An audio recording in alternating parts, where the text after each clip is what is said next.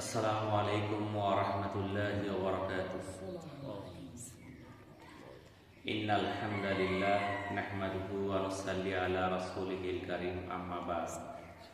আল্লাহ পাকের নিকট লাখো কোটি শুকরিয়া যে মহান আল্লাহ তাআলা আমাদেরকে পবিত্র শুক্রবার জুমার নামাজ আদায় করার জন্য মসজিদে আসার মতো তৌফিক দান করেছেন। এই জন্য মহান আল্লাহর নিকট শুকরিয়া আদায় করি, আলহামদুলিল্লাহ। আল্লাহ রাসূল সারা জীবন তিনটা জিনিস ছাড়েন নাই। একটা হলো প্রতি মাসে 13, 14, 15 আইএমএ বীজের নফল রোজা, আর এটা ছিল তাহাজ্জুদের নামাজ। আর 3 নাম্বার হলো রমজানের শেষ 10 দিন ইতিকাফ করা। আল্লাহ রাসূল যে বছর ইন্তেকাল করেন ওই বছর শেষ 20 দিন ইতিকাফ করতেন। তাহলে আল্লাহ রাসূল কখনোই এটা ছাড়েন নাই, আর আমরা জীবনে ধরেও দেখছি না। বুঝলেন তো? তাহলে সুন্নত আদায় করা কিন্তু এত সহজ না। খালি দাওয়াত খাওয়ার, মিষ্টি খাওয়ার সুন্নত এটা খুব কম হয়। কিছু দাওয়াত দেয়, দাওয়াত খাওয়ার সুন্নত দূর দাও, ইতিকাফ করার সুন্নত মানে এটা পাওয়া যেত না। এটা 10 দিন মসজিদে তখন যাবো নাকি? হ্যাঁ, কি কন? তাহলে যদি সবে কদর পাইতে চান ইতিকাফ করতে হবে 10 দিন। রমজানের শেষ বিজু রাত্রগুলা মসজিদে অবস্থান করতে হবে। আমরা যদি 30টা দিন রমজান মাসে তারাবির নামাজ একদিনও মিস না করি, তাইলে তো আমাদের সবে কদর একটা অংশ পাই গেলাম আমরা। কারণ যে ব্যক্তি ফজরের নামাজ জামাতে করলো, এশার নামাজ জামাতে করলো, সে সারা রাত পাইল।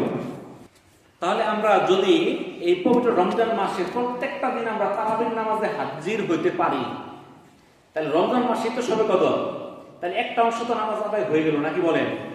তাহলে আমাদের তারাবির নামাজ পড়তে হবে কি হবে না? এই তারাবির নামাজটার এই তাৎপর্য কি? তারাবির নামাজকে আমরা বলি তারাবির নামাজ, আরবিতে বলে কিয়ামুল লাইল। রাত জেগে দীর্ঘ কিরাত সহ নামাজ আদায় করা। রাসূলুল্লাহ সাল্লাল্লাহু আলাইহি সাল্লাম এত দীর্ঘ কিরাত সহ নামাজ আদায় করতেন যে তার পা মুবারক ফুলে যেত। এত লম্বা নামাজ পড়তো, পা ফুলে যেত। আর আমরা তারাবির নামাজ এত তাড়াতাড়ি পড়ি, উঠতে আর বইতে টাইম পাই না। আমরা কোন সময় উঠলাম, কোন সময় রুকু দিলাম, সিজদা দিলাম। একটা রুকু করার পরে দাঁড়ানো কিন্তু ওয়াজিব। ওয়াজিব তরক হইলে তার সেজদা দিতে হবে। সেজদা না দিলে তার নামাজ ভাঙ্গা যাবে, নামাজই হবে না। এখন ইমাম সাহেবের সঙ্গে তাল রেখেছে যে সে ডাইরেক্ট সেজদা গেছে গা, সে দাঁড়াইছে না, নামাজ হবো? 2 সেজদার মাঝখানে কমপক্ষে একটা যে পরিমাণ বসে থাকা ওয়াজিব, এটা না বসলে তার নামাজ হবে? এই যে তাড়াহুড়া করে ধর্মান করে আমরা নামাজ পড়ে ফেললাম, কোনো লাভ নাই, কোনো ফায়দা নাই, শুধু রাত্রি জাগরণ করা ছাড়া কিছুই হবে না। তাহলে আমাদের এই কিয়ামুল লাইল বা তারাবির নামাজটা লম্বা করে পড়তে হবে। এই কিয়ামুল লাইল সম্পর্কে অনেকগুলো হাদিস আছে। যে ব্যক্তি পুরস্কারের আশায় এই কিয়ামুল লাইল বা তারাবির নামাজ আদায় করে, আল্লাহ তাআলা তার পিছনের সমস্ত গুনাহ মাফ করে দেন। এটা সহিহ বুখারী 1905 নম্বর হাদিস। আমর ইবনে মুররা আল জুহানি রাদিয়াল্লাহু তাআলা আনহু বলেন, এক ব্যক্তি রাসূলুল্লাহ সাল্লাল্লাহু আলাইহি সাল্লামের কাছে এসে বলল, হে আল্লাহর রাসূল, আমি যদি সাক্ষ্য দিই যে আল্লাহ ছাড়া কোনো মাবুদ নাই, আপনি আল্লাহর রাসূল, 5 ওয়াক্ত নামাজ পড়ি, যাকাত আদায় করি, রমজান মাসে রোজা রাখি এবং রাতে কিয়াম করি, তাহলে আমি কাদের অন্তর্ভুক্ত হব? রাসূলুল্লাহ সাল্লাল্লাহু আলাইহি সাল্লাম বলেন, তুমি শহীদ এবং সিদ্দিকদের অন্তর্ভুক্ত হবে। এটা সহিহ ইবনে হিব্বানের 3438 নম্বর হাদিস। তাহলে আমাদেরকে সাক্ষ্য দিতে হবে, কালেমার সাক্ষ্য দিতে আমরা দেই, নামাজ আদায় করতে হবে, রোজা রাখতে হবে, রাত্রে কিয়ামুল লাইল বা তারাবির নামাজ আদায় করতে হবে, যাদের উপর যাকাত ফরজ তাদেরকে যাকাত দিতে হবে। এই কাজগুলো যারা করবে তাদের নামটা হবে সিদ্দিক এবং শহীদদের খাতায়। আব্দুর রহমান রাদিয়াল্লাহু তাআলা আনহু থেকে বর্ণিত, রাসূলুল্লাহ সাল্লাল্লাহু আলাইহি সাল্লাম বলেন, মহান আল্লাহ তোমাদের উপর রমজানের রোজা ফরজ করেছেন, আর আমি তোমাদের জন্য কিয়াম সুন্নত করেছি। সুতরাং যে ব্যক্তি পূর্ণ বিশ্বাসের সাথে সওয়াবের আশায় রমজানের রোজা রাখবে, সে যেন রাতে কিয়াম পালন করে, সে তার যাবতীয় পাপ থেকে নবজাতক শিশুর মতো পবিত্র হয়ে যাবে। এটা সুনানে নাসাই 2209 নম্বর হাদিস। তাহলে যে দিনে রোজা রাখলো, রাত্রে তারাবি আদায় করলো, সে একদম নবজাতক শিশুর মতো গুনাহমুক্ত হয়ে যাবে। আম্মা জান আয়েশা রাদিয়াল্লাহু তাআলা আনহা থেকে বর্ণিত, তিনি বলেন রাসূলুল্লাহ সাল্লাল্লাহু আলাইহি সাল্লাম গভীর রাত্রিতে বের হলেন এবং মসজিদে সালাত আদায় করলেন। কিছু সংখ্যক পুরুষ তার পিছনে সালাত আদায় করলো। সকালে লোকেরা এই সম্পর্কে আলোচনা করলো, ফলে লোকেরা অধিক সংখ্যক সমবেত হল। তিনি সালাত আদায় করলেন, লোকেরা তার সঙ্গে সালাত আদায় করলো। সকালে তারা এই বিষয়ে আলোচনা করলো। তৃতীয় রাত্রিতে মসজিদে মুসল্লির সংখ্যা আরো বেড়ে যায়। এরপর রাসূলুল্লাহ সাল্লাল্লাহু আলাইহি সাল্লাম বের হলেন, সালাত আদায় করেন এবং লোকেরা তার সঙ্গে সালাত আদায় করেন। চতুর্থ রাত্রিতে মসজিদে মুসল্লিদের সংকলন হলো না, কিন্তু তিনি রাতে আর বের হলেন না। ফজরের সালাতে বেরিয়ে আসলেন এবং সালাত শেষে লোকদের দিকে ফিরে প্রথমে তাওহীদ ও রিসালাতের সাক্ষ্য দেওয়ার পর বললেন, শোনো, তোমাদের গত রাতের অবস্থান আমার অজানা ছিল না, কিন্তু আমি এই সালাত তোমাদের উপর ফরজ হয়ে যাওয়ার আশঙ্কা করছি, কেননা তোমরা তা আদায় করতে অপারগ হয়ে পড়বে। রাসূলুল্লাহ সাল্লাল্লাহু আলাইহি সাল্লামের উফাত হলো, আর এই বিষয়টি এভাবেই রয়ে গেল। সহিহ বুখারীর 1885 নম্বর হাদিস। এরপর থেকে সাহাবীরা কি করত? যার যে মতো একা একাই পড়ত। ইবনু শিহাব রহিমাহুল্লাহ, উরওয়া ইবনে জুবাইর রহিমাহুল্লাহ সূত্রে আব্দুর রহমান ইবনে আবদ আল কারি রহিমাহুল্লাহ থেকে বর্ণনা করেন, তিনি বলেন, আমি রমজানের এক রাতে ওমর ইবনুল খাত্তাব রাদিয়াল্লাহু তাআলা আনহুর সাথে মসজিদে নববীতে গিয়ে দেখতে পাই যে লোকেরা বিক্ষিপ্ত জামাতে বিভক্ত। কেউ একা একা সালাত আদায় করছে, আবার কোনো ব্যক্তি সালাত আদায় করছে তার ইক্তেদা করে একদল লোক সালাত আদায় করছে। ওমর রাদিয়াল্লাহু তাআলা আনহু বললেন, আমি মনে করি যে এই লোকদের যদি আমি একজন কারীর পেছনে একত্রিত করে দেই তবে তা উত্তম হবে। এবং এরপর তিনি উবাই ইবনে কাব রাদিয়াল্লাহু তাআলা আনহুর পিছনে সকলকে একত্রিত করে দিলেন। পরে আরেক রাতে আমি উমর রাদিয়াল্লাহু তাআলা আনহুর সঙ্গে বের হই, তখন লোকেরা তাদের ইমামের সাথে সালাত আদায় করছিল। উমর রাদিয়াল্লাহু তাআলা আনহু বললেন, কত সুন্দর এই নতুন ব্যবস্থা! তোমরা রাতের যে অংশ ঘুমিয়ে থাকো তা রাতের ওই অংশ অপেক্ষা উত্তম যে অংশে তোমরা সালাত আদায় করো। এর দ্বারা তিনি শেষ রাত বুঝিয়েছেন, কেননা রাতের প্রথম ভাগে লোকেরা সালাত আদায় করত।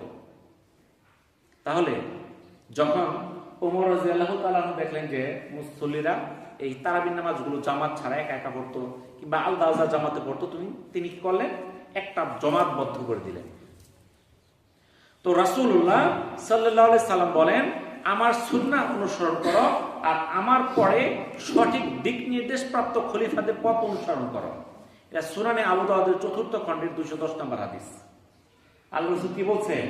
আমার সুন্নাত অনুসরণ করো এবং আমার পরে যারা সঠিক পথ প্রাপ্ত খলিফায়ে রাশিদিন তাদের পথকে, তাদের সুন্নাতকে অনুসরণ করো। তাহলে আমাদের খলিফাদের সুন্নাতগুলো আমাদের আঁকড়ে ধরে থাকতে হবে। তো এই যে আমরা তারাবির নামাজ পড়বো, কতক্ষণ পড়বো? এতটা মাত্রা আছে নাকি বলেন?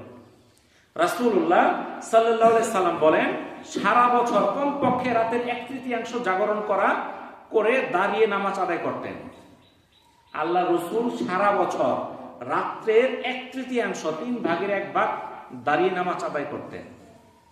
আল্লাহ তাআলা বলেন, তোমার রব তো জানেন যে তুমি জাগরণ করো কখনো রাতের প্রায় 2/3, কখনো অর্ধাংশ, কখনো 1/3। সূরা মুজাম্মিলের আয়াত নাম্বার 20।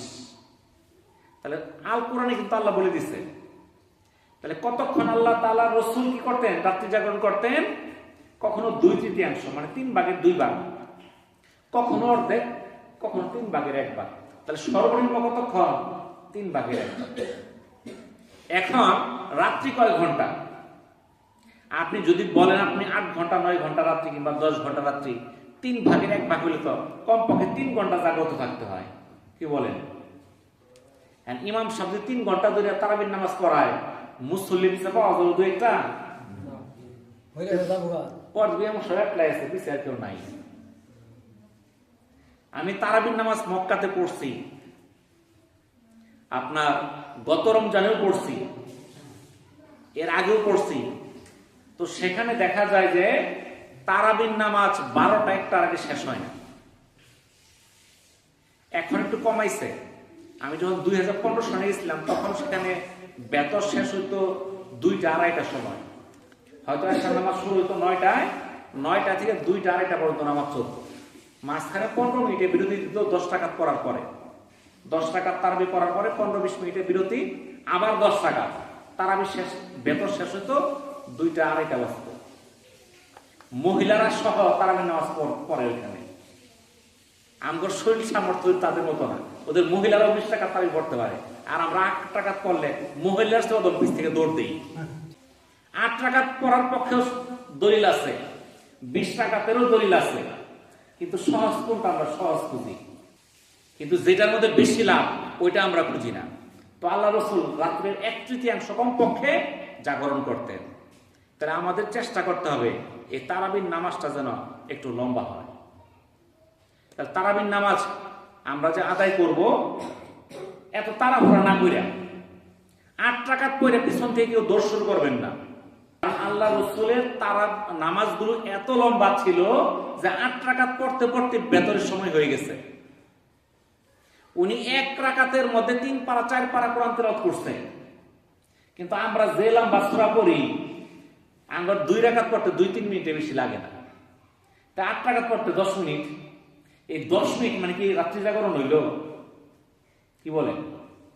যারা 8 রাকাত পরে আবার বলে নাই তখন হয় না, ঝগড়া করার দরকার নাই, যারা যা করার তাই করবো, এটা নিয়ে আমার চিন্তা নাই। 8 রাকাত পড়লে সুন্নত আদায় হবে, 20 রাকাত পড়লে সুন্নত আদায় হবে, কিন্তু শর্ত হইল নামাজটা ধীরে স্থিরে পড়তে হবে। বুঝতে পারছেন তো? ইয়াজিদ ইবনে হুসাইফা রাহিমাহুল্লাহ বলেন, সাহাবী সাইব ইবনে ইয়াজিদ রাদিয়াল্লাহু তাআলা আনহু বলেছেন, সাহাবায়ে কেরাম হযরত ওমর ইবনে খাত্তাব রাদিয়াল্লাহু তাআলা আনহুর যুগে রমজান মাসে 20 রাকাত তারাবি পড়তেন। তিনি আরো বলেন, তারা নামাজে শতাধিক আয়াত বিশিষ্ট সূরা সমূহ পড়তেন। কিরকম সূরা? 100-ও বেশি আয়াত।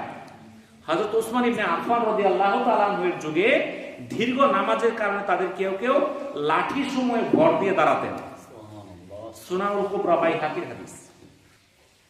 যদি কেউ বৈশা নামাজ আদায় করে বিনা কারণে তার নামাজ আদায় হবে না, বাদ।